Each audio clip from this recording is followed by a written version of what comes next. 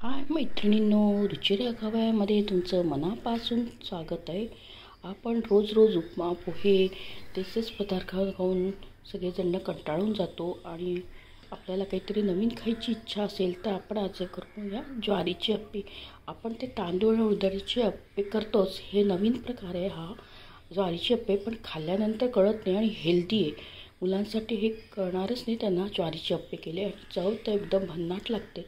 तुम्ही करून बघा. मी सांगते आता त्याच्यासाठी लागणारे साहित्य काय. अगदी झटपट आणि कमी साह्यात होणारे घरच्या घरी जे साहित्य असतात त्याच्यात ह्या पदार्थ होतो.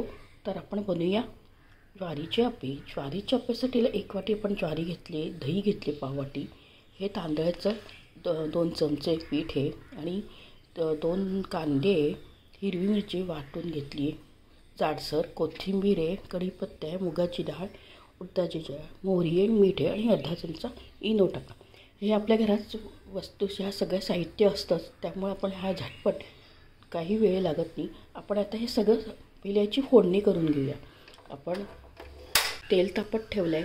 तेलामध्ये आपण आता पहिले मोहरी टाकूया,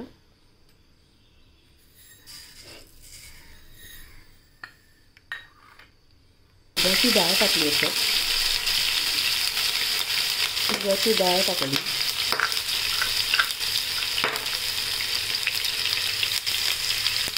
मुगाची डाळ टाकली,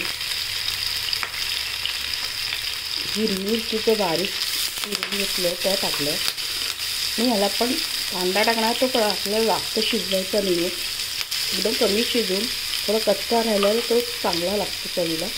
आणि ह्या आपण कढीपत्ता टाकू. हे सगळं आपण परतून घ्यायचं तेलामध्ये. छान आपली फोडणी तयार झाली. आता आपण ती गार झाल्यावर आता आपण हे 1 वाटी ज्वारीचं पीठ घेतले ते टाकूया. पाव वाटी आपण दही घेतले ते टाकूया आणि पाव वाटी तांदळाचं पीठ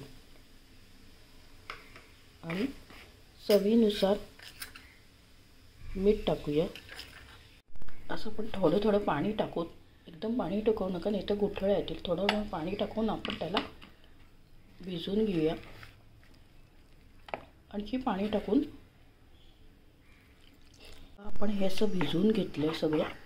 आणि आता आपण त्यात जी फोडणी घातली होती, कांदा, हिरवी मिरची, उडदाची डाळ आणि कढीपत्ता, असं तेलात म्हणजे मोहरी, हे बघा ही फोडणी आपण केली होती ती आपण ह्याच्यात टाकूया. आणि याला आपण भरपूर कोथिंबीर टाकूया. कोथिंबीर खाणं एकदम चांगलं आहे आणि आता स्वस्त पण मिळतात त्या कोथिंबीर. आणि हे आपण सगळं हलवून घ्यायचं. हे जे मिश्रण आहे ना ते सगळं हलवून घ्यायचं. आपण आता अप्पे पात्र गरम करायला ठेवलं आहे, त्याच्यात तेल टाकलं आहे. आता आपण त्याच्यात सगळं टाकलं आहे, मीठ वगैरे पण मगाशीच टाकलं होतं. आपण आता सगळं याला हलवूया आणि अर्धा चमचा आपण इनो टाकूया आणि त्याच्यावर ॲक्टिवेट होण्यासाठी थोडं पाणी टाकूया, म्हणजे आपले चांगले जाळीदार अप्पे होतील. आणि एकदा फेटून घेऊया.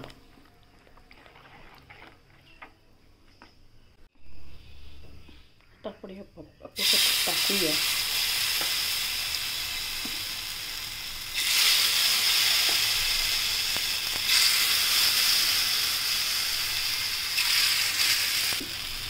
ज्वारी वापरल्यामुळे आपला एकदम पौष्टिक आणि याच्यावर पौष्टिक आपण याच्यावर 2 मिनटं झाकण ठेवूया. बघा आपले आता अप्पे एकदम छान झाले, वरतून पण शिजले. आता आपण त्याला एक एक करून पलटून घेऊया. हा बघा खुरपूस झाला, एकदम झटपट निघतात आणि चवीला पण चांगले लागतात. ते बघा आता हा दोन्ही साईडने एकदम, पण दुसऱ्या साईडने पण होऊ दे.